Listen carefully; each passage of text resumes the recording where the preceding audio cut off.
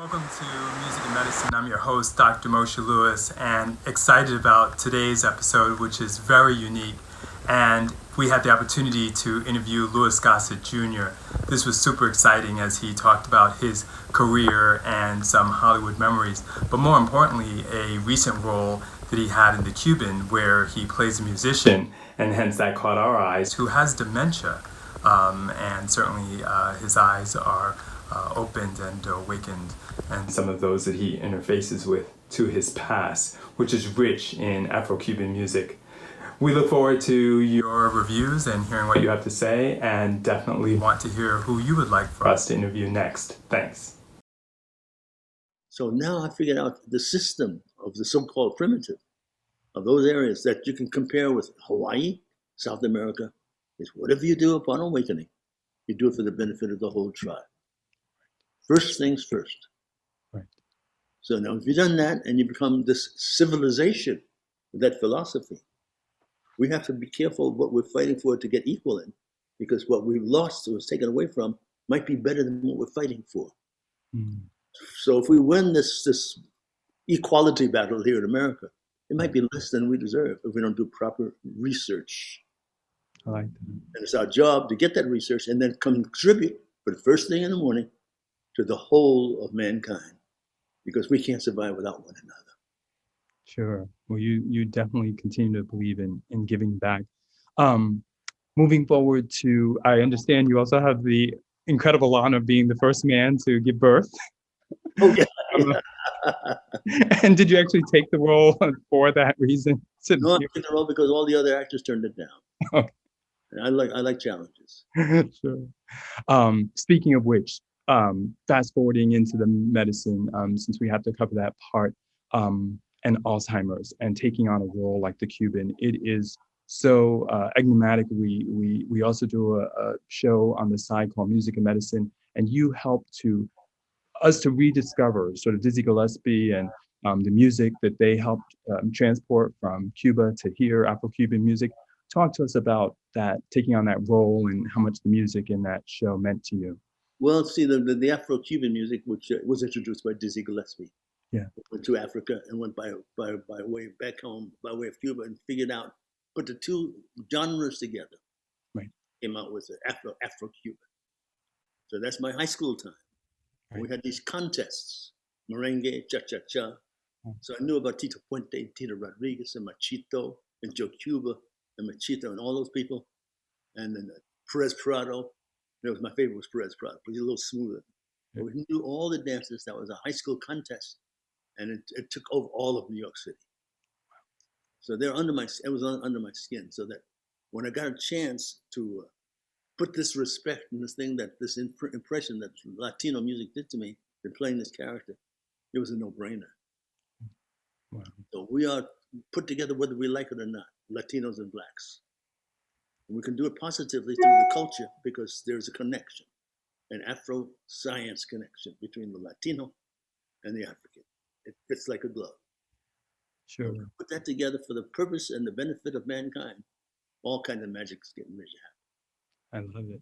And then on the medicine side of things, you spend a good part using your expressive nature without speaking anything, because you're communicating someone who has Alzheimer's and who, we were talking to a nursing home yesterday, the nurse discovers this side of them that they bring out. Yeah, well, there's a side that she must have gotten from her roots, and her roots was almost Russian in a sense, but she figured out something that happened in her roots, in her mother and father. I knew it in mine. I had a great grandmama. She used to, I'll show you a picture of it if I may. Yes, please, yes. I'll show you a picture. And she lived to be 117, I understand. She is at 115 with me at 17. Right, wow, oh, that's amazing. That's doing backstage at Take a Giant Step in 1953. Right, and she came to one of your performances and you were acting out? Yeah, I'll save the story for later, get you good. Okay. So there was something that she remembered, and the director and myself, that the sounds, before there was a specialist, could bring people back from being away from the crowd. The sounds and feels, tastes, and smells can bring people back to present time just long enough to hook on some reality to it. And we thought about that, and we figured, how can we translate that feeling that's been there for centuries into this particular moment, into this play? The key to the success of the movie. Yeah. And there's no cure for Alzheimer's even to this day, and being able to connect with people at that deeper level, really finding out who they are and bringing out that part of their past. Well, it might be, it depends on what stage of Alzheimer's, but Mhm. it does help in the smells, Sure. the sounds, Mhm. and the vibration that makes the Alzheimer's be less and less. There's a film that Robert De Niro did called, I forgot what it's called, because he played somebody with Alzheimer's. And he went, Awakenings. remember that movie at all? Awakenings. I Mhm. wanted to play that character, be able to go from Alzheimer's to present time in one take. Right. I'll never forget. I want to remind him that he really impressed me when he did that. Mm. But to show us that there was a possibility deeper than the study of medicine to Yes. communicate with one another. Yes. And so you're moving along, and then this phenomena of COVID comes along. And what symptoms did you experience or notice that became concerning? Well, I'm a certain age, so I expect kind of exhaustion, but it got a little bit too much because I wasn't doing anything to be that tired. It Mhm. changed my thought process and my eating habits, and my energy went down, and then there was pain started, and I didn't know what I was doing differently in my life to get that pain. And so I went to certain doctors, and they started to look and stuff, and it got worse. So finally, one night I just couldn't stand straight up, and they took me to the emergency ward of this hospital, and they gave me some shots, and I was bent over, and they put me in the bed, and I looked at the emergency ward, and I looked at the hospital, one of the great hospitals in the world. Sure. Yeah, Piedmont, it's one of the top. Right. So Right. put me in bed, and they had funny looks on their face, and I was in pain, and nobody jumped to my attention. And on the second day, they were the same here. They didn't have any relief. They were tired and stressed out. Mm. And I said, if I stick around, I'm going to die. They don't have the time for me. Wow. And So did you get that sense that the staff was either unsure of what to do or just had they were tired, stressed. overtasked? They cared too much. They were Sure. drained. All of the hospitals around the country, maybe the world, are the same. Sure. So, Because it's very recent. We should put the timestamp on it. This is so December I got in, 2020. they took me home, but home was cleaner than hospital. Right. And then I got some doctors that took take care of me one-on-one, and it hit the papers, hit the social media, and I got a response from the world of all the stuff I had done, between 3,000 and 5,000 responses. Wow. I still haven't answered all of it, Sure. but I was amazed that many people keep an eye on me and my career. Sure. We were honored that you would even be See? willing and have a moment to talk to us. And of those thousands, three, I call them angels. Yeah. There's one Dr. Boros from the Florida Keys. Okay. He said, I'm sending you something, guaranteed to stop your stuff. So my son was here, and he needed to be protected because he'd give it to his son. So he sent two things, they called ivermectin. Yes. Now, ivermectin is already on the market for parasites. Yes. They found that ivermectin at a certain age, enhancing, will stop the virus. Right. In 48 hours after he sent it to me, the virus disappeared. I start to blink, start to think. I start to pass this on to everybody else who needed it. Right. I had a cousin who got it. That's my cousin. She got cleared, and the word starts to spread around. Now we've got this little marketplace. Why did they not use ivermectin to save all these thousands of people that died? Right. Well, maybe it's our former president had that fight because he lost his mother with the pharmaceuticals who want to make the money. Naturally, that's America. They want to make the money. But too many people have to die in order for them to make the money. It's immoral. Sure. And you raise a good point. There's a tremendous concern that there are some treatments available that could be more widespread, even though they would be classified as experimental, even though they might not be classified in any type of way as a cure, but that they could be used as a treatment. On a cure. So I think it's right around the corner somewhere. I think they already have it. They're trying to figure out how to do it best and most effectively. Whatever reason they use, that belongs to them. True. The way I live does not belong to any human being. It belongs to God. Absolutely. certain things that we have to do. And God is always, I don't know what you believe on Sundays, but it's 7 days a week. God is always in charge. Sure. Well, I grew up in the church in Concord Baptist in Brooklyn. You have all the money and all the weapons life. and all the gold. Eventually, you can have it all. Right. Boom, you look at you got it all. Now, did you feel better? No, you don't feel better. Yeah. You're never going to be in charge. Right. You told that story about being on a jet and you've got first class and economy, but if the jet is having challenges, we're all in the same class. Whole plane going down. Yeah, but how much money can you? I got $100,000 here. We'll put that in the engine, man. Right. Let's talk a little bit about sort of the this evolution that you went through. You growing up in Brooklyn and went to Abraham Lincoln High, and your family, the influences and things like that that sort of encouraged you and helped support you as you were thinking about going to the theater versus sports. What was that like growing up in Brooklyn at that time? Well, I grew up post-Depression. Those people in Brooklyn in the post-Depression, there was a blacklist happening all through the universities and the theater. People from Europe, the original of theater and film. All those people came in a bunch because they ran from Hitler into the United States, where it was going to be a haven, and they got into the society. And then they were called by Senator Esther Kefauver from Tennessee, and of course, after that was Senator McCarthy, right, as communists. But they were the intellectual cream of the crop of theater and culture.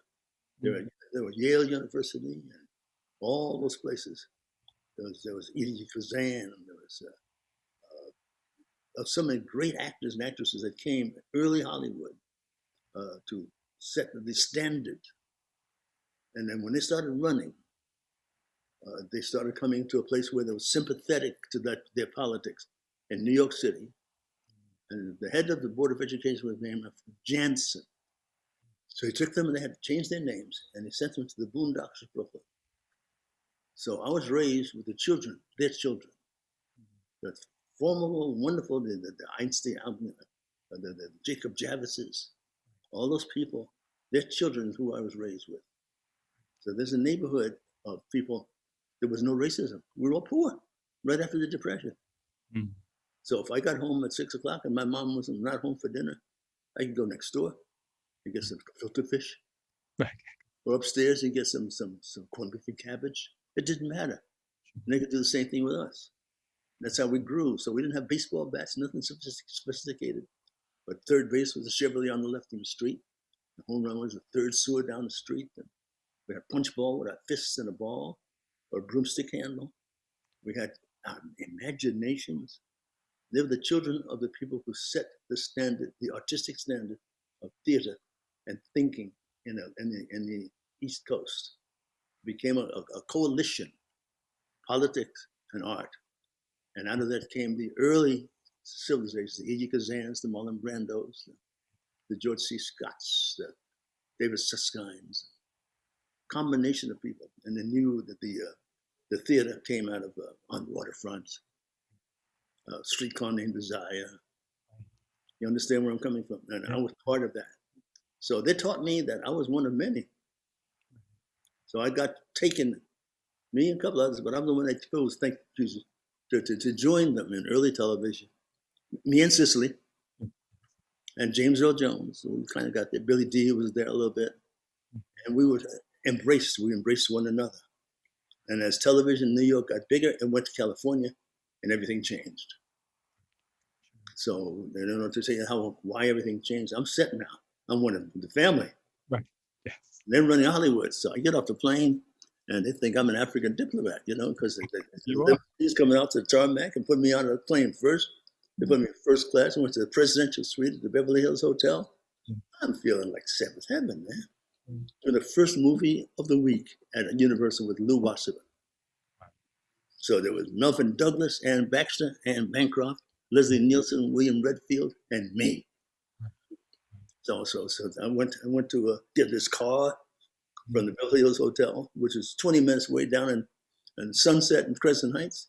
Yeah. It was Ford Fairlane Galaxy 500, which is a hardtop convertible. Sure. eggshell white with red interior. I'm in seventh heaven, man. So I turned on Sam Cooke music and laid back with one arm and started humming. For 10 minutes, I met every cop in Los Angeles. They had me under the car on the sidewalk. And they had me for an hour and a half trying to figure, who the hell do you think you are? But I'd never had that experience before. Right. So an hour and a half later, I went to the Beverly Hills Hotel to tell the man what happened to me.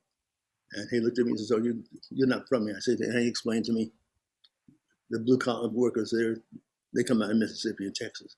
Didn't know better. So I called my parents, and my father said, "He's going to be there." He's calling out to me, "I'll be right there." Yeah, they're not going to be right. So I called my friend Ed Bondi, my agent, who I grew up with. He said, "What are you going to do?" I said, "Well, I'm going to show up at work tomorrow." I said, "That's what I expect." So that was my first challenge. I was showing up at a major studio after being treated like that by the blue collar workers to do that performance. And it goes on from there.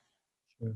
No, amazing. And also covering some in your youth about medicine, your great grandmother, you had polio when you were early on. Oh, no, I had rheumatic fever. Rheumatic fever, okay.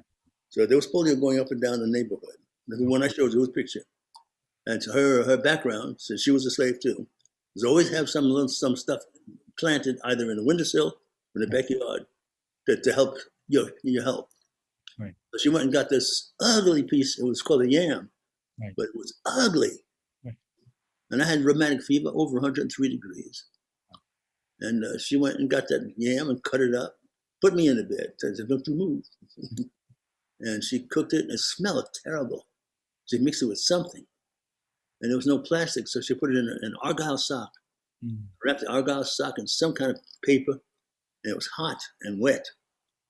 And she put my foot in it, almost too hot. It was that night, at 9 o'clock at night, by 6 o'clock in the morning, my temperature was 97.4. And I went to school the next day. Wow. Something tells me that practice is where we could conquer COVID-19. I think that's what it is, one of those diseases that got away from us. Right. We got a little lazy, a little antiseptic, and that COVID-19 is where we should be dealing with it when it started. Right. Because I remember my childhood with the tablespoons of vile tasting stuff. Yes, I remember it. We were in the mud, man. Right. We were in the schoolyard, in the mud, and the dirt, and we never got sick. Right. Something tells me that COVID-19 is one of those that escaped. Sure. And what would you say to people in terms of wearing masks and following some of the precautions? Is that really something that is appropriate for people to really try to protect themselves and protect one another by being careful? Yeah. So we have something to offer mankind. So did the Russians, so did the Spanish, so did the Jew. And if we get into that mindset, once again, the way we survive is the first thing you think about upon awakening is what can you do for the benefit of the whole. We all get together so that the first thing we think about is one another. The peace of the world will come up, the sun will come back out, the diseases will disappear. We'll replenish the freshness of the oceans, the flowers will come out. Our personality, our performances, our movies will increase because we are on the same page. The same page, God's always in charge, or whoever you might call him. We can't go for that. And then we're going to take better care of ourselves in order to be of best of service. And the rest kind of magically takes care of itself. My cousin Rebecca Wilson's been a diehard fan, and I'd be remiss if I didn't ask you what your favorite movie role was. There's quite a few. I have a philosophy that the one I'm doing right away is my favorite. Right. It keeps the ego out of the picture. But in retrospect, there's quite a few. There's obviously Roots. Yes. But then there's J.D.'s Revenge. I did was with Glenn Turman down in Louisiana. And then there's Lawman Without a Gun. Yes. And then there's Sadat, when I played Anwar Sadat, what got me to know that entire industry, Israel and Egypt. So I can still now go without a passport to those two countries. Right. Wow. And then so many. Good Man in Africa was fairly good, but then I did one called that are produced in South Africa. Mm. And they've changed the name. I've forgotten the name of it. I have to remember. But it was good, about the Truth Commission. Yeah. But there's not anything that I have not done, knock wood. Sure. I've done it pretty long now, 1953 till now. Still here I am. And the answers seem to come from different cultures. Right. Yesterday, I just got a transplant of blood. Right. Because my blood had been with me all my life. And it got old. Right. So it makes sense when a young doctor says, why don't you get transfusion? Mm. Spent the entire day yesterday getting some fresh blood in 2 packets. And today, my mind is returning. Sure. Maybe that's a part of our practice. Maybe we could do that. Back in the good old days, we had to do it with maybe herbs. Right. To refresh, and well, we need to do that every now and then to refresh ourselves and our brains, our minds, our blood, our body, especially when you pass 70 and 80 years old. Right. So it's something to be thinking about. Right. Combine some of the new with the old to keep everything tip top. Keep it going, yeah. Otherwise, you wouldn't be calling me, sir. Right. Yeah. Well, I wouldn't be able to. Not at this age. Wouldn't be as fortunate to be able to get the wisdom. You're so good at teaching and helping continue to pass on our legacy, our history. I'm starting this podcast to do the same. So it's called For What It's Worth. Yes. Yeah. So and the other thing is, look out when you're doing things right for your life. It might not be one of your dreams, but if you wind up doing something that works, you'll find an improvement in your health and your thinking and your habits. There's a connection for doing the right thing with your life. There seems to be a physical and neurological connection. So think about it and pass the word on. I want to pass the word on when I do my show. Yeah, no, I love that. When it comes to taking on a role, what do you look for in trying to decide what it is you're going to bring to it or choose that particular role? How do you vision it in your mind? I look at the whole script, see if it's worth it. And then there's a part. Obviously, you look at the money and it's there, and you put that aside. And then you start seeing what it's going to take to make it special. And you see what it's going to take from me and what I have to do to improve myself. How can I expand my instrument by doing it? And then you start jumping into the middle of it. Yeah. You got 24/7 research on the characters. That's like Enemy Mine. Right. That Enemy Mine, I had to, an officer and gentleman had to go 6 months, not quite 6 months, a couple of months before becoming that Marine. I went down there and became that Marine. Down to San Diego. And I brought one of the Marines with me. Right. So it was right. I was a Marine by the time they showed up. Right. They trained me, did everything but smoke the camels and drink the beer. But and Enemy Mine, I had to hang out with a yoga, a ballet instructor, and a martial artist. And so I had to study with them so I could do the things that a person from another planet would do. 90% water. So I like the challenges. Love the challenges. Sure. Clearly, your performances speak of it. When prepping this most recent role for playing the role of somebody with Alzheimer's, what did you do to prepare for that and take on that persona? Well, I created a whole memory that I locked up. And what you do is when you make the other actor really important to you, they have to do certain things to unlock it. I allowed that young lady to unlock those memories. And my artistic selection is when I exposed certain parts of me to what she had to do. So she had to come up to the plate and unlock those memories with all the things. And she was so good at it, it was easy. But those moments began and it happened on the screen. So she unlocked the memories. I had to storehouse all the energy, my love for Latino music, the whole thing. It's there. Smells, and she had to work on that as hard as she worked hard. She's quite a brilliant young lady. And she opened up, unlocked it a little bit at a time, and there you go. You look back, and the movie is in the can. Awesome, definitely. That's how you the other actor, What message do you have as we're parting for the young people of today? There's a lot of stress. There's a lot of fear. There's a lot of chaos, and we're hoping for a new day as we're at the beginning of a new year. what message would you have for them? There's a title. There is no such thing as impossible. Take the word impossible out of your dictionary. Throw it away and put it in the garbage. Because if it was impossible, you wouldn't be able to slam dunk. You'd never have gone to the moon. You wouldn't be a millionaire or possibility of being independent. So you realize that what you do as a common bunch of young people, you can come up with the miracles that advance mankind, or you have a choice of coming up with stuff that detains mankind's growth. Make a common positive decision together to know that the only power that's stronger than yours is God's. There's a negative one that's stronger than you too, so you have to make a choice on a daily basis. Choose God's path together, and then there's no such thing as impossible. I love that. Those are such fitting words. Every time you end an interview, so climactic, so powerful. It's just it's an honor to be in your presence. We're here in Atlanta, just to be close to you, and are doing the physical distancing and the social distancing appropriate. You look great, and Godspeed with your continued transfusions. I hope that will continue to address the anemia and get you stronger and stronger, and that we'll continue to learn and hear from you. And just thank you so much for being willing to constantly give back, constantly teach us, constantly help. That's the key to us at our age. We give it back now at this age. We're the elders, right? For what it's worth. Absolutely. And so you this show for what it's worth coming out. So you'll be my guest. Yeah, absolutely.